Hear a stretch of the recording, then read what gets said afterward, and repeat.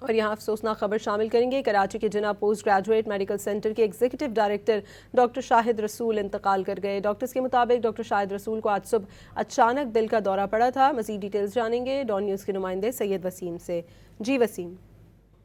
جس وقت میں موجود ہوں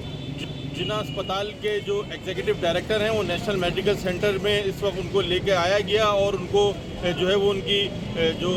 موت کی تصدیق کر دی گئی ہے، ان کا انتقال ہو چکا ہے۔ ان کو جو ہے وہ یہ بتایا جا رہا ہے کہ ہارٹ اٹیک کی وجہ سے جو ہے وہ جناح اسپتال کے جو ایگزیکٹو ڈائریکٹر ہیں ان کو نیشنل میڈیکل سینٹر جو کہ کالا پل کے قریب واقع ہے یہاں پر لے کے آیا گیا تھا، جس کے بعد جو ہے وہ یہاں پر حرکت قلب بند ہو جانے کی بنا پر جو ہے وہ ان کا یہاں پر انتقال ہوا۔ بتایا جاتا ہے کہ یہاں پر جب راستے میں ان کی طبیعت جو ہے وہ گھر پہ خراب ہوئی تھی، راستے میں کچھ لوگ یہ بتا رہے ہیں کہ راستے میں جو ہے وہ ان کی طبیعت مزید بگڑی، جس کی بنا پر ان کو جناح اسپتال کے بجائے قریب میں نیشنل میڈیکل سینٹر لایا گیا، لیکن یہاں پر وہ انتقال کر گئے ہیں۔ بڑی تعداد میں جو عملہ ہے جناح اسپتال کا وہ یہاں موجود ہے اور ہر آنکھ جو ہے وہ اشکبار ہے، کیونکہ یہاں پر